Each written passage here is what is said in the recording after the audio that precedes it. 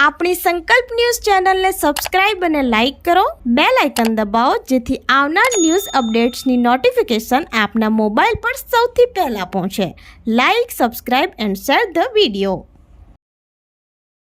નમસ્કાર દર્શક મિત્રો, હું છું પૂજા ટંડેલ. સંકલ્પ ન્યૂઝમાં આપનું સ્વાગત છે. સમાચારની શરૂઆત કરતા પહેલા એક નજર આજના મુખ્ય સમાચારો પર.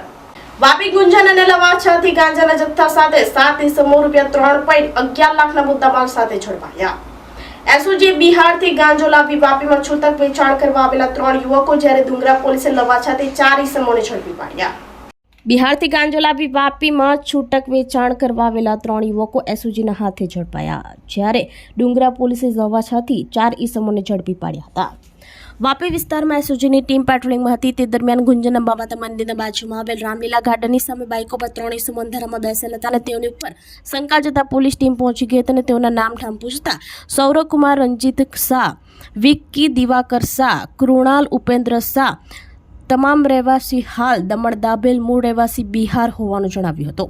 તેઓની પાસેથી એક પ્લાસ્ટિકની થેલી મળી હતી, જે અંગે પૂછતા ગાંજો હોવાનું જણાવ્યું હતું. પોલીસે વધુ પૂછતાછ કરતા આ ગાંજો બિહારમાં રહેતા વિજય કુમાર શાહ પાસેથી ₹18,000માં સૌરવ કુમારે ખરીદી કરાવ્યો હતો અને તેના બંને મિત્રો સાથે આ ગાંજો વાપીમાં છૂટક વેચાણ કરવા લઈ આવ્યા હતા. મળી આવેલ ગાંજાનું કુલ વજન 2.130 કિલોગ્રામ, જેની અંદાજે કિંમત ₹1,06,500 આપવામાં આવી હતી. પોલીસે બાઇક, મોબાઈલ ફોન અને ગાંજાનો જથ્થો મળી કુલ ₹1,91,500નો મુદ્દામાલ કબજે કરી તમામની અટક કરી વાપી ઉદ્યોગનગર પોલીસ મથકમાં તેઓની સામે NDPS એક્ટ હેઠળ ગુનો નોંધવામાં આવ્યો હતો. જ્યારે બીજા બનાવમાં વાપી ડુંગરા પોલીસે બાતમીના આધારે વાપી નજીકના લવાછા બાપનગર હરિયાણા હોટલની પાછળ આવેલ અકેલા યાદવની ચાલીમાં વર્ણવેલ રૂમમાં રેડ કરી હતી. રૂમમાં હાજર ઇસમનું નામધામ પૂછતા આદિત્ય રાજપ્રસાદ ચંદ્રવંશી, રહેવાસી લવાછા, મૂળ રહેવાસી બિહાર હોવાનું જણાવ્યું હતું. પોલીસે રૂમમાં તપાસ કરતા અન્ય 3 ઇસમો હતા અને તેઓના પણ નામધામ પૂછતા અંકિત ગજરાજ દેવપાલ, રહેવાસી લવાછા, મૂળ રહેવાસી યુપી, અને અવજીત કુમાર રંજીત યાદવ, રહેવાસી કમખલ, મૂળ રહેવાસી બિહાર, અને 15 વર્ષનો સગીર, રહેવાસી લવાછા, મૂળ રહેવાસી બિહાર હોવાનું જણાવ્યું હતું. પોલીસે રૂમમાં તપાસ કરતા રસોડાના ભાગેથી એક પ્લાસ્ટિકની કોથળી મળી હતી, જેમાં માદક પદાર્થ તથા ડિજિટલ વજન કાંટો મળી આવ્યો હતો. FSL ટીમ દ્વારા ચકાસણી કરતા માદક પદાર્થ ગાંજો હોવાનું બહાર આવ્યું હતું. રૂમમાંથી મળી આવેલ ગાંજાનું વજન 2.095 કિલોગ્રામ હોવાનો અને તેની કિંમત ₹1,04,750 આપવામાં આવી હતી. પોલીસે રૂમમાં રહેતા આદિત્ય કુમારના ગાંજાના જથ્થા વિશે પૂછતાછ કરતા આ ગાંજો અર્પિત પાસેથી લીધેલ હતો અને રૂમમાં હાજર 3 ઇસમોને નાની નાની પડીકો બનાવી વેચાણ માટે આપતો હતો. ગાંજાનો જથ્થો, 3 મોબાઈલ ફોન અને વજન કાંટો મળી કુલ ₹1,20,250નો મુદ્દામાલ કબજે કરી વાપી ડુંગરા પોલીસે ગાંજાનો જથ્થો રાખનાર અને વેચાણ કરનાર સામે NDPS એક્ટ હેઠળ ગુનો નોંધી વધુ તપાસ પોલીસે હાથ ધરી છે, જ્યારે ગાંજો આપનારને વોન્ટેડ બતાવ્યો હતો.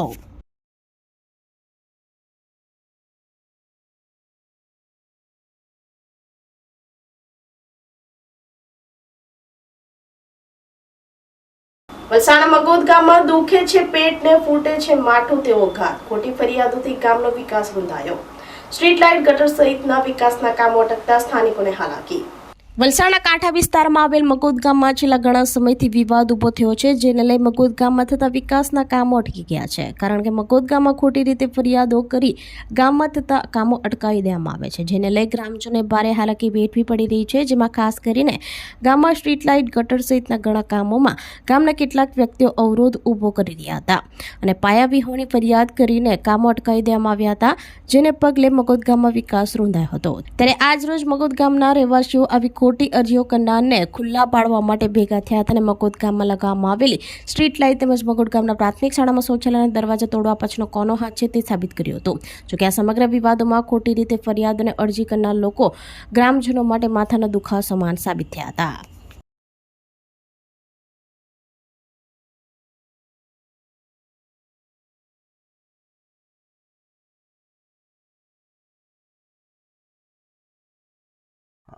અમારે એ ખુલાસા કરવો છે કે આ ખરેખર ગામનો વિકાસ તો થતો જ છે, પણ હાલમાં જે હમણાં ઇલેક્શન ગયું છે ને, ઇલેક્શનમાં એ લોકો હારી ગયા છે.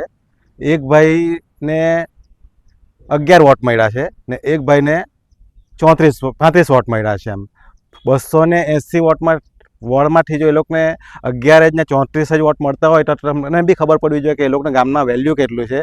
એ લોકો ફક્ત ને ફક્ત આ ગામનો વિકાસ અટકાવવાનો છે, એના માટે એ લોકો આવું બધું કરતા છે.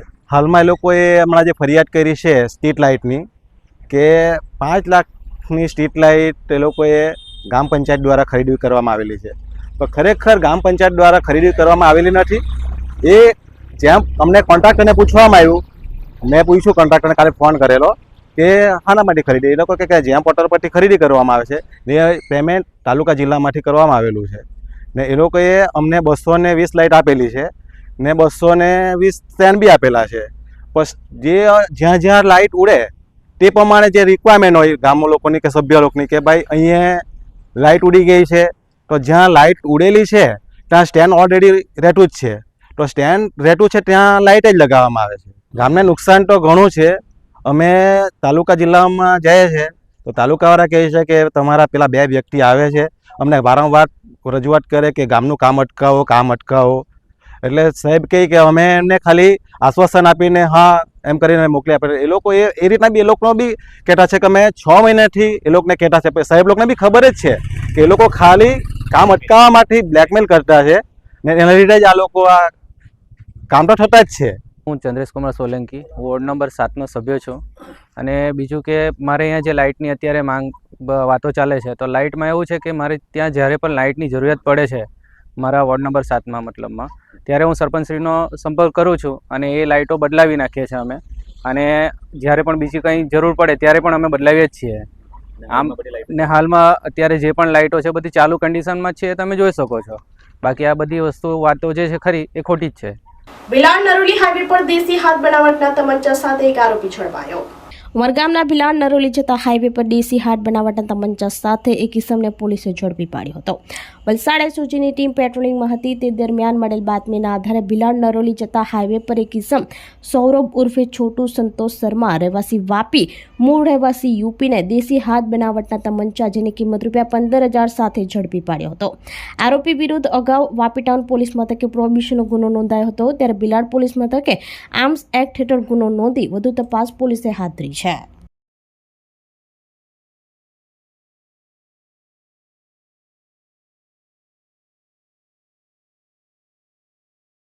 વલસાડમાં 2 કિલો ગાંજાના જથ્થા સાથે એક ઇસમની ₹1.74 લાખના મુદ્દામાલ સાથે ધરપકડ.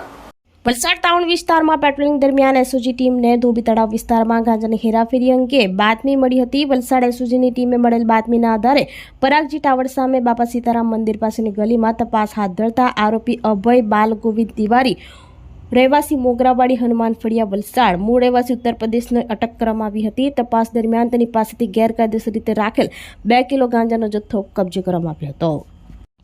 આરોપી પાસેથી બાઇક, 4,240 રોકડા, મોબાઈલ અને ગાંજાનો જથ્થો મળી કુલ ₹1,74,000નો મુદ્દામાલ એસઓજીની ટીમે કબજે કર્યો હતો. અને આ મામલે વલસાડ સિટી પોલીસ સ્ટેશનમાં NDPS એક્ટ હેઠળ ગુનો નોંધી વધુ તપાસ પોલીસે હાથ ધરી છે.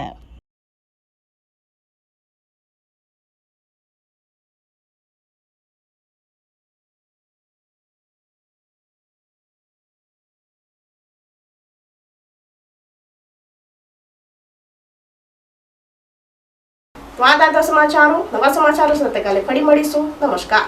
આપણી સંકલ્પ ન્યૂઝ ચેનલને સબસ્ક્રાઇબ અને લાઇક કરો, બેલ આઇકન દબાવો જેથી આવનાર ન્યૂઝ અપડેટ્સની નોટિફિકેશન આપના મોબાઈલ પર સૌથી પહેલા પહોંચે. Like, subscribe and share the video.